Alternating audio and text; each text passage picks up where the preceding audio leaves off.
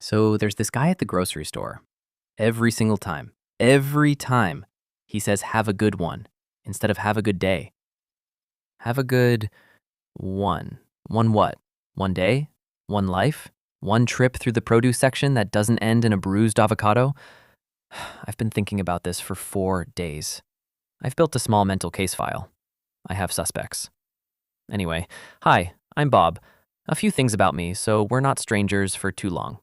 1. I think about things. A lot. Specifically things most people glance at for 2 seconds and then never think about again. I will think about them for weeks. 2. I'm an introvert, which, for anyone who isn't, basically means I have a battery and other humans are the charger cable that's slowly being pulled out of the socket the entire time we're talking. 3. And this is the important one. I don't just notice weird small things. I build entire worlds around them. Theories, backstories, occasionally a small functioning conspiracy. My family says it's a lot. My one friend calls it concerning, but never boring. I call it Tuesday. Here's the deal with this channel. Every day, something small happens to me. A weird look from a stranger, a sign that's spelled wrong in a way that feels intentional, a dog that stared at me for way too long. And instead of letting it go, like a normal, well-adjusted person, I take it home, I sit with it, and I build it into something completely out of proportion to what actually happened. A theory, a backstory. Sometimes a full fictional universe where a guy holding an elevator door is secretly part of something much bigger. That's the show.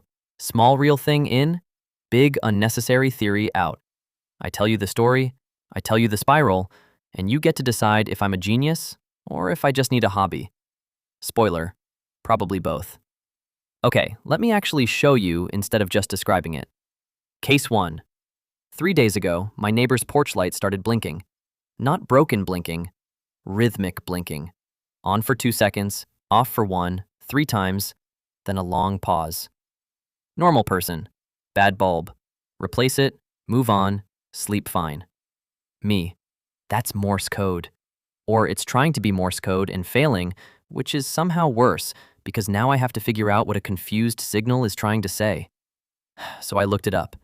2 short, 1 long, pause. That's not a real letter. That's not Morse code. That's just a light malfunctioning. Which, and I want you to understand this, made it more interesting to me. Because now the question wasn't, what is the porch light saying? The question was, who installed a porch light that's almost sending a message but isn't quite smart enough to pull it off? And that's when Gary was born. Gary is, in my completely unverified opinion, a junior employee at local porch light headquarters. He's new. He's trying his best. He was given the wiring instructions for elegant ambient glow and emergency signal beacon in the same folder, and he panicked, and now every night he's just attempting both. Badly.